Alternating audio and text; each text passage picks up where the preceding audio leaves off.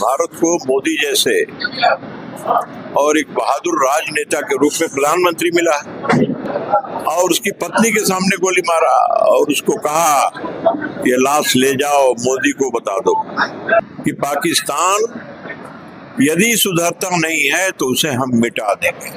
मेरे आने के पहले आरा में नारकीय जीवन था। लोग जानते नहीं थे बिजली क्या है, लोग जानते नहीं थे सड़क क्या है, लोग नहीं जानते थे पक्का रास्ता क्या है, लोग नहीं जानते थे नाली कैसी होती है। ये जो ग्रिड देखते हैं ना, पावर ग्रिड, बहुत लोग अपना हाथ लंबा करके थपथपाते। इस पावर ग्रिड को हम ही आरा में ले आए। आरा में बिजली नहीं, जनरेटर काम कर रहा था। सारे मोहल्लों में धुआं धुआं धुआं जनरेटर का। नमस्कार, मैं अजीत कुमार, आप देख रहे हैं डिजिटल दस्तक। अभी देखिएगा कि पहलगाम जो हमला घटना हुआ था उसके महज 15 दिन के अंदर ही भारतीय सेना के द्वारा ऑपरेशन सिंदूर के तहत पाकिस्तान के 9 आतंकी ठिकानों पे हमला किया गया है और वहां जितने भी आतंकी ठिकाने थे उनको तहस नहस किया गया है। इसी क्रम में हमसे बात करने के लिए आरा के वर्तमान विधायक जो वहाँ सैनिक है, भारतीय सैनिक के द्वारा पाकिस्तान के 9 ठिकानों पे ऑपरेशन सिंदूर के तहत जो वहाँ पे थी हमला किया गया, इस पर क्या कहिए? आज तो शौर्य दिवस है और भारत को मोदी जैसे और एक बहादुर राजनेता के रूप में प्रधानमंत्री मिला, तो ये हमारे लिए अत्यंत ही हर्ष और सौभाग्य का विषय।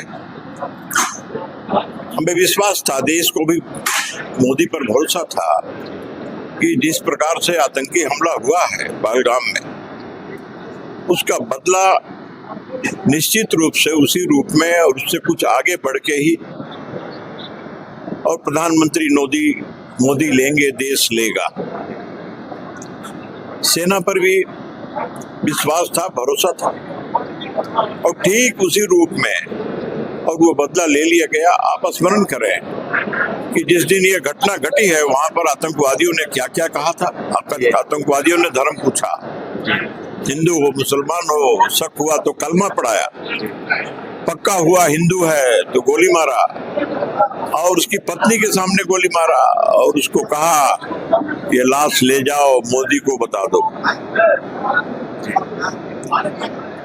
तो ये लाश तो गया और मोदी को बता भी दिया और मोदी ने आज जवाब भी दे दिया। ये पाकिस्तान के द्वारा बार बार हमला किया जाता है भारत में, इस पर पाकिस्तान बार बार कुछ न कुछ करता है और बार बार मार खाता है, बार बार पीटा जाता है, बार बार मुंह की खाता है, बार बार दुनिया का अपमान पूरे पाकिस्तान वासियों के, वहां के हुक्मरानों के कारण झेलना पड़ता है।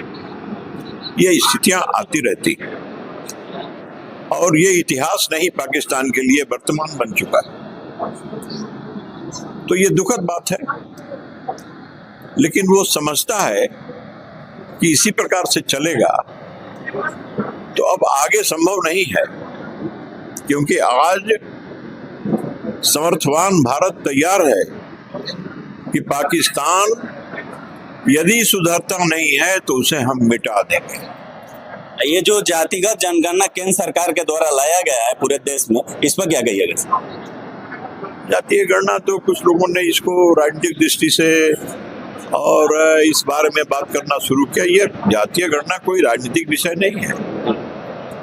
यह विषय है कि जो अंतिम पायदान पर है वो कैसे विकास की धारा में शामिल होगा, वो कैसे आगे बढ़ेगा और देश को आगे बढ़ाने में उसका भी क्या योगदान होगा, उसे भी समर्थवान बनाया जाए, उसे भी देश का एक समर्थ नागरिक के रूप में प्रतिष्ठित किया जाए। इसी क्रम में ये बात दिमाग में आई और जातीय गणना तो पहले भी कराई जा चुकी है, लेकिन ये कोई विषय नहीं था इस प्रकार को कि इसका राजनीतिक रंग इसको दिया जाए और इस आधार पर वोट की राजनीति की जाए। लेकिन यहाँ का जो विपक्ष है, आज हम नहीं कहेंगे, आज स्थिति ऐसी नहीं है कि हम विपक्ष की कोई आलोचना करें। आज पूरा देश एक होकर के और जो देश के सामने जो चुनौती है उसका हम सब मिलकर सामना कर रहे हैं, इसलिए हम ये सब बात नहीं कहेंगे। लेकिन इतनी बात कहेंगे कि नरेंद्र मोदी की सरकार, भारतीय जनता पार्टी की केंद्र में जो सरकार है, उस सरकार, उसने कहा था, वो सरकार की संकल्प थी कि जब जनगणना होगा उसी समय देश के यशस्वी प्रधानमंत्री नरेंद्र मोदी जी ने घोषणा किया था कि जब जनगणना होगी उस समय जातियों की भी गणना हो जाएगी। तो अब जनगणना होने जा रहा है और उसमें जातियों की गणना हो जाएगी।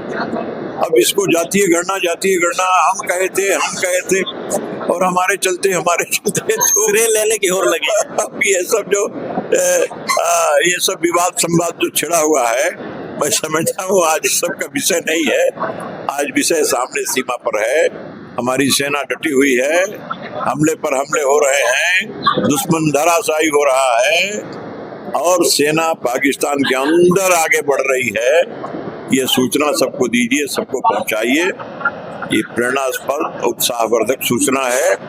आज जो परिस्थिति है, उस परिस्थिति का सामना देश की सेना जो कर रही है, पूरा देश उनके साथ खड़ा है। 20 साल से आप आरा के विधायक हैं, महत्वपूर्ण विकास क्या है जो आपने किया? ये मेरे आने के पहले आरा में नारकीय जीवन था। लोग जानते नहीं थे बिजली क्या है, लोग जानते नहीं थे सड़क क्या है, लोग नहीं जानते थे पक्का रास्ता क्या है, लोग नहीं जानते थे नाली कैसी होती है।